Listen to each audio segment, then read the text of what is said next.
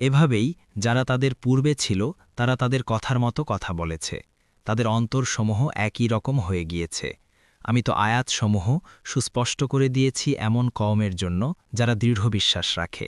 ১১৯ নিশ্চয়ই আমি তোমাকে প্রেরণ করেছি সত্যসহ, সুসংবাদদাতা ও সতর্ককারী রূপে, এবং তোমাকে আগুনের অধিবাসীদের সম্পর্কে প্রশ্ন করা হবে না। ১২০ আর ইয়াহুদী ও নাসারারা কখনও তোমার প্রতি সন্তুষ্ট হবে না, যতক্ষণ না তুমি তাদের মিল্লাতের অনুসরণ করো।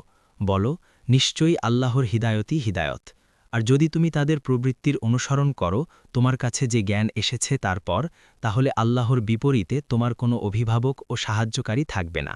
১২১ যাদেরকে আমি কিতাব দিয়েছি তারা তা পাঠ করে যথার্থভাবে, তারাই তার প্রতি ঈমান আনে, আর যে তা অস্বীকার করে তারাই ক্ষতিগ্রস্ত। ১২২ হে বনী ইসরাইল, তোমরা আমার নিয়ামতকে স্মরণ করো যা আমি তোমাদেরকে দিয়েছি, আর নিশ্চয়ই আমি তোমাদেরকে শ্রেষ্ঠত্ব দিয়েছি সৃষ্টিকুলের উপর। ১২৩ আর তোমরা ভয় করো সেদিনকে যেদিন কেউ কারো কোনো কাজে আসবে না, এবং কোনো ব্যক্তি থেকে বিনিময় গ্রহণ করা হবে না, আর কোনো সুপারিশ তার উপকারে আসবে না, এবং তারা সাহায্যপ্রাপ্তও হবে না। ১২৪ আর স্মরণ করো যখন ইব্রাহিমকে তার রব কয়েকটি বাণী দিয়ে পরীক্ষা করলেন, অতপর সে তা পূর্ণ করল।